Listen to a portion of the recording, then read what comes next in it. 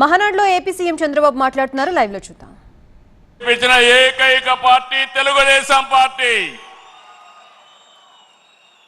ఇంకొక పక్క తొలిసారి అసెంబ్లీకి 65 మందికి యంగ్స్టర్స్ సీట్లు ఇచ్చాం.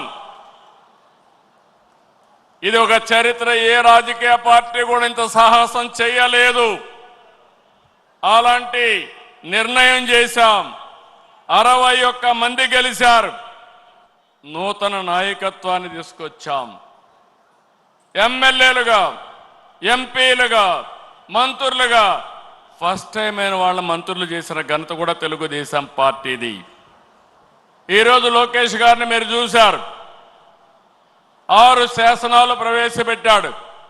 నేను మనస్ఫూర్తిగా అభినందిస్తున్నా. మామూలుగా పోయే ఈ మహానాడుని ఒక నూతనమైన దిశలో తీసుకెళ్లాలని 6 శాసనాలు ప్రవేశపెట్టాడు.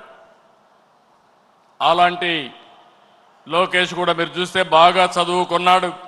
చదువుకొని వచ్చి ఆయనకుండే నాలెడ్జ్ని ఇక్కడ ఉపయోగిస్తూ, టెక్నాలజీ కానీ నాలెడ్జ్ని ఉపయోగిస్తూ ఒక నూతనమైన విధానానికి శ్రీకారం చుట్టాడు. ఇంకో పక్కన రామ్మోహన్ నాయుడు చూస్తున్నారు మీరు. నా మిత్రుడు ఎర్రమనాయుడు గారి కుమారుడు. కానీ ఈరోజు అతి చిన్న వయసులో కేంద్రంలో మంత్రిగా ఉండే వ్యక్తి రామ్మోహన్ నాయుడు అని చెప్పి నేను మీకు తెలియజేస్తున్నా. అదే మరి ఏ పార్టీ కూడా చెయ్యలేదు. ఒక సాధారణమైన కార్యకర్త కొడుకు వెంకట్రాజు, ఆయన్ని ఎమ్మెల్యేగా చేశాం. ఒక సాధారణమైన కార్యకర్త అప్పలనాయుడు ఒక ఎంపీగా చేశాం. మొన్నటి వరకు మీ దగ్గర కూర్చున్న వాళ్ళు ఇప్పుడు ఎమ్మెల్యేలుగా వేదిక మీదకి వచ్చారు. ఇది ఒక చరిత్ర. అంటే ఈరోజు మనం ఇక్కడికి వచ్చామంటే మనందరి మీద బాధ్యత పెరిగిందని చెప్పి కూడా నేను మీకు తెలియజేస్తున్నా. తెలుగుదేశం పార్టీ కొత్త తరహా అడ్మినిస్ట్రేషన్ కూడా శ్రీకారం చుట్టాం.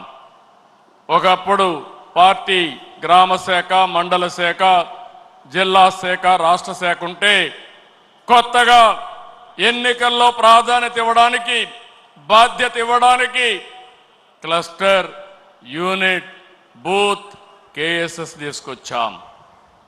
ఎప్పటికప్పుడు ప్రజాభిప్రాయాన్ని తీసుకుంటున్నాం. ప్రజాభిప్రాయాన్ని తీసుకుని కార్యకర్తలు, ప్రజలు ఎవరిని మెచ్చితే వారికి పదవులు అప్పచెప్తున్నాం. ఇలాంటి కార్యక్రమాలతో మనం ముందుకు పోతున్నాం. నేను ఈ మహానాడులో మీ అందరికీ విజ్ఞప్తి చేస్తున్నా. 43 సంవత్సరాలుగా తెలుగుదేశం పార్టీ జెండా రెపరెపలాడుతా ఉందంటే దానికి కారణం త్యాగాలు చేసిన మీరేనని చెప్పి మరొక్కసారి విజ్ఞప్తి చేస్తున్నాను. అందుకే 2025 మహానాడు, కడప మహానాడు కార్యకర్తనే అధినేతగా సుప్రీంగా గౌరవించి భవిష్యత్తులో మీ యొక్క సంక్షేమం, సాధికారత కోసం పనిచేస్తామని చెప్పి కూడా నేను మీకు తెలియజేస్తున్నా. అయితే ఇదే సమయంలో నేను ఒకటే మిమ్మల్ని అందరినీ కోరుతున్నా. పార్టీ మీకు అండగా ఉంటాం.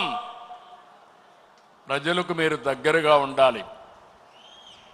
ఏ నాయకుడైతే ప్రజల్లో అనునిత్యం అనుసంధానం చేసుకుని పనిచేసి ఎప్పుడు ఎన్నికలు పెట్టినా తెలుగుదేశం పార్టీనే గెలవాలి, అన్ని ప్రాంతాల్లో గెలవాలి.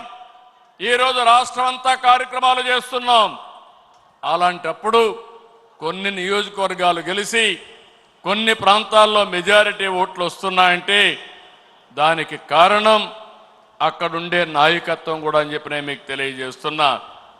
మనం రాజకీయాల్లో ఉన్నాం, రాష్ట్రాన్ని మార్చాలనుకుంటున్నాం.